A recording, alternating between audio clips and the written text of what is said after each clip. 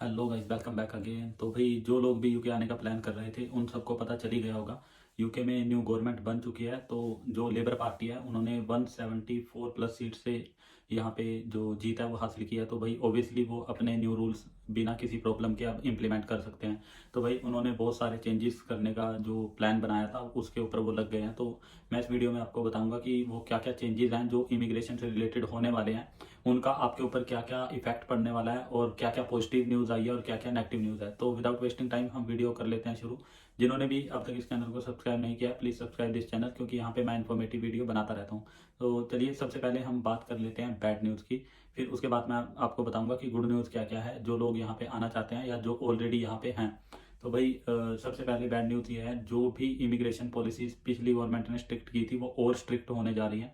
जैसे skill worker visa से related उन्होंने पहले सैलरी थ्रेशोल्ड बढ़ा दिया था, और अभी जो ये गवर्नमेंट आई है ये बोल रही है जो ओबियसली जो प्रीवियस लाइसेंस दिए गए थे कंपनीज को उन सब का भी रिव्यू होगा, उन्होंने उन लाइसेंस को किस तरह यूज़ किया है। अगर कोई भी जैसे पहले बहुत सारी कंपनीज थी वो यहाँ पे लोगों को बुला रही थी, जैसे केयर होम के वीज़ा पे बहुत सारे लोग आए थे और भी बहुत डिफरेंट कैटेगरीज में लोग यहाँ पे आए थे, बट उनको यहाँ पे आके जॉब्स ही नहीं मिली। खाली जॉब ऑफर दिए गए थे उनको, जब वो इधर आए तो उनको जॉब नहीं मिली, तो उनके वीज़ा भी कैंसिल हुए। इस वजह से यहाँ पे बहुत प्रॉब्लम भी आई है। इमिग्रेशन जो आई थी लास्ट में वो बहुत सारे इलीगल हो गए हैं।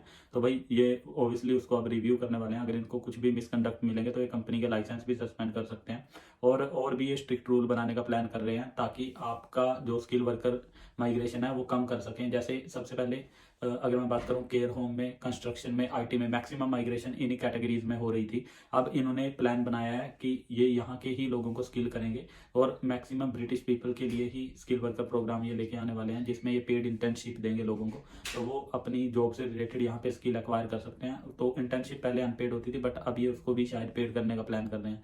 तो भाई इससे जो स्किल वर्कर वीज़ा पे लोग आना चाहते थे उनके लिए तो ऑब्वियसली बहुत ही बैड न्यूज़ है, क्योंकि ये जो यहाँ के लोग हैं उनको ही ट्रेन करके उनको ही आगे जॉब्स के लिए जॉब प्रिपेयर करेंगे, तो ऑब्वियसली बाहर से हायरिंग बंद हो जाएगी। तो भाई जो सेकंड बैड न्यूज़ है वो है कॉस्ट से रिलेटेड। तो इनका प्रपोजल है कि ये जो स्किल वर्कर वीज़ा की कॉस्ट है वो इंक्रीज कर देंगे ताकि जो एम्प्लॉयर हैं वो कम से कम बाहर हायर कर पाएँ, और जो जैसे आना भी चाहते हैं स्किल वर्कर वीज़ा पे उनके लिए भी ये जो सैलरी थ्रेशोल्ड है वो ऑलरेडी बढ़ चुका है। तो और भी जो फीस जैसे आपकी IHS फीस होगी और जो अदर वीज़ा फीस रहती हैं उनको भी हाइक करने की सोच रहे हैं।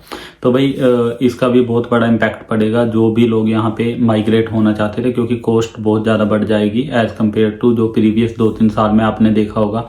यूके में बहुत ही इजीली लोग आए हैं और बहुत ही अफोर्डेबल प्राइसेस पे यहाँ पे जो स्किल वर्कर वीज़ा पे हैं वो भी आए हैं। और थर्ड बैड न्यूज़ है भाई, जो भी स्किल वर्कर वीज़ा के अंडर जैसे पहले इंटरनेशनल हायरिंग होती थी, पहले एक प्रोसेस था कि जैसे आपको 30 डेज़ के लिए एक जॉब डालनी है ऑनलाइन या आप ऑफलाइन कैसे भी करके एडवर्टाइज कर सकते हो। अगर आपको कोई बंदा नहीं मिलता था तो आप इंटरनेशनली उसको हायर कर पाते थे, बट अब इन्होंने प्रॉपर रूल बना दिया, एक प्रॉपर कमेटी बना दिया है। आपको अगर बंदा यहाँ पे नेशनल आपके अंदर में ही नहीं मिल रहा है तो आपको एक रिपोर्ट सबमिट करनी पड़ेगी, आपने कहाँ कहाँ उसको चेकआउट करा, आपने क्या क्या एडवर्टाइज करा और क्या क्या आपको स्किल चाहिए थे बंदे के लिए।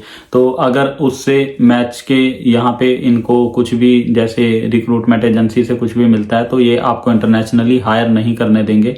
तो क्योंकि मेन फोकस इनका यही है जो नेट माइग्रेशन है वो कम करना है, और जो ऑलरेडी यहाँ पे लोग हैं उनको ऑब्वियसली जॉब्स प्रोवाइड करनी है ताकि ये अपनी जो कंट्री है उसकी इकोनॉमी को बूस्ट कर पाएं। तो भाई ये कुछ चेंजेस जो आने वाले टाइम में आपको देखने को मिलेंगे माइग्रेशन से रिलेटेड। डेफिनेटली टफ होने वाला है स्किल वर्कर वीज़ा के लिए भी, स्टडी वीज़ा के लिए भी। पहले जैसे विदाउट आईलेट्स आप आ रहे थे या कैसे भी और भी स्टूडेंट बहुत तरीके से इधर एंटर कर जाते थे और फिर स्टडीज़ नहीं करते, तो भाई डेफिनेटली सबके लिए बहुत ही हार्ड होने वाला है आने वाले टाइम में। तो अब मैं गुड न्यूज़ की बात कर लेता हूँ भाई। तो गुड न्यूज़ भी बहुत सारी हैं जो लोग ऑलरेडी यहाँ पे हैं उनके लिए।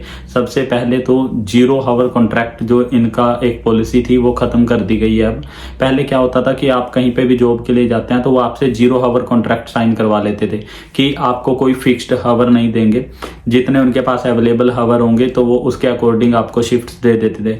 बट अब ये ऐसा नहीं कर सकते, इनको प्रॉपर आपको पहले ही बताना पड़ेगा कि आपका कितने आवर का कॉन्ट्रैक्ट है और वो कैसे आपको हावर्स डिस्ट्रीब्यूट करेंगे।